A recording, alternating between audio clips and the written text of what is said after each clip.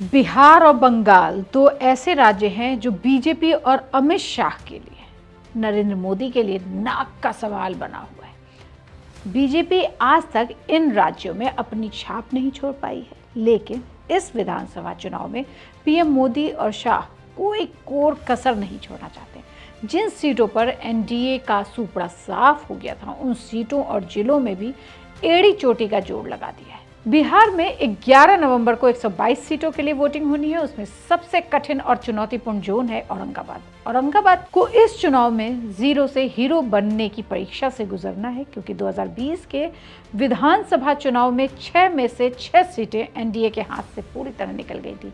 इस बार एनडीए ने इन सभी सीटों को वापस जीतने के लिए कमर कसकर रणनीति बनाई है। प्रधानमंत्री की आज की रैली इसी मिशन को धार देने के लिए देखी जा रही है। इसका असर कितना हुआ ये तो नतीजे बताएंगे, लेकिन 2020 में एनडीए की हालत औरंगाबाद की 6 की 6 सीटों पर काफ़ी खराब रही थी। इसे ऐसे समझें कि एक भी सीट एनडीए के पक्ष में नहीं आ पाई थी।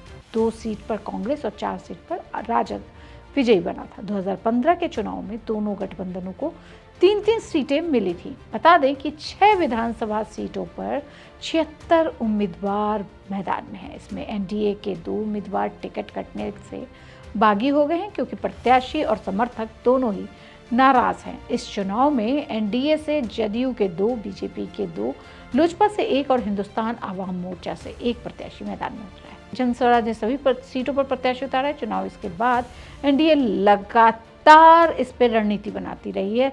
उम्मीदवार बदलने से लेकर स्टाइल बदलने तक पर भी काम किया। हालांकि विपक्ष भी लगातार हर चाल पर नजर रखते हुए उनके नक्शे कदम पर चलती हुई दिख रही है। जैसे औरंगाबाद की 1 सीट है गोह। बीजेपी ने उम्मीदवार बदलकर इस बार डॉक्टर रणविजय को और राजद ने अमरेंद्र कुमार को आजमाया, तो राजद ने भी अपने सिटिंग विधायक भीम यादव का टिकट काट दिया।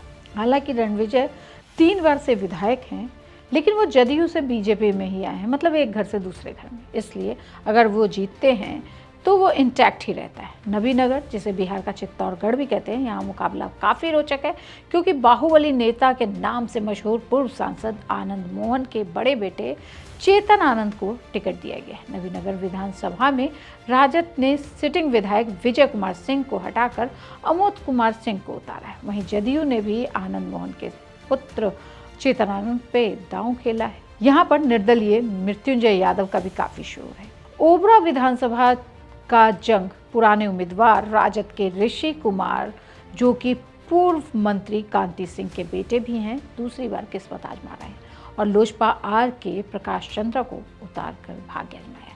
यहाँ 18 उम्मीदवार मैदान में हैं। कुटुंबा विधानसभा में कांग्रेस ने फिर अपने अध्यक्ष राजेश राम पर भरोसा किया है, पर हिंदुस्तानी आवाम मोर्चा ने सेक्युलर ने उम्मीदवार बदलकर इस बार ललन राम को उतारा है। औरंगाबाद विधानसभा में बीजेपी ने उम्मीदवार बदल दिया है। पूर्व मंत्री रामाधार सिंह का टिकट काट कर इस बार पूर्व सांसद गोपाल नारायण सिंह के पुत्र त्रिविक्रम सिंह को चुनावी जंग में उतारा है। वैसे रफीगंज विधानसभा का मुकाबला भी रोचक है। यहाँ अपने से अपनों को खतरा बना हुआ है। रणनीति बदलते हुए जेडीयू ने इस बार प्रमोद सिंह को चुनावी जंग में उतारा है। वहीं राजद ने भी उम्मीदवार बदलकर गुलाम शाह सिंह को जीतने की जिम्मेदारी दी है। दूसरा चरण का मतदान 11 तारीख को होना है। इसके लिए सारी पार्टियां धुआंधार चुनाव प्रचार कर रही हैं और उसी तरह हम भी इस पे नज़र बनाए हुए हैं और लगातार आपके लिए हर दिन नई सीट लेकर आते रहेंगे। आपको क्या जानना है हमें ज़रूर बताएं और देखते रहिए India.com।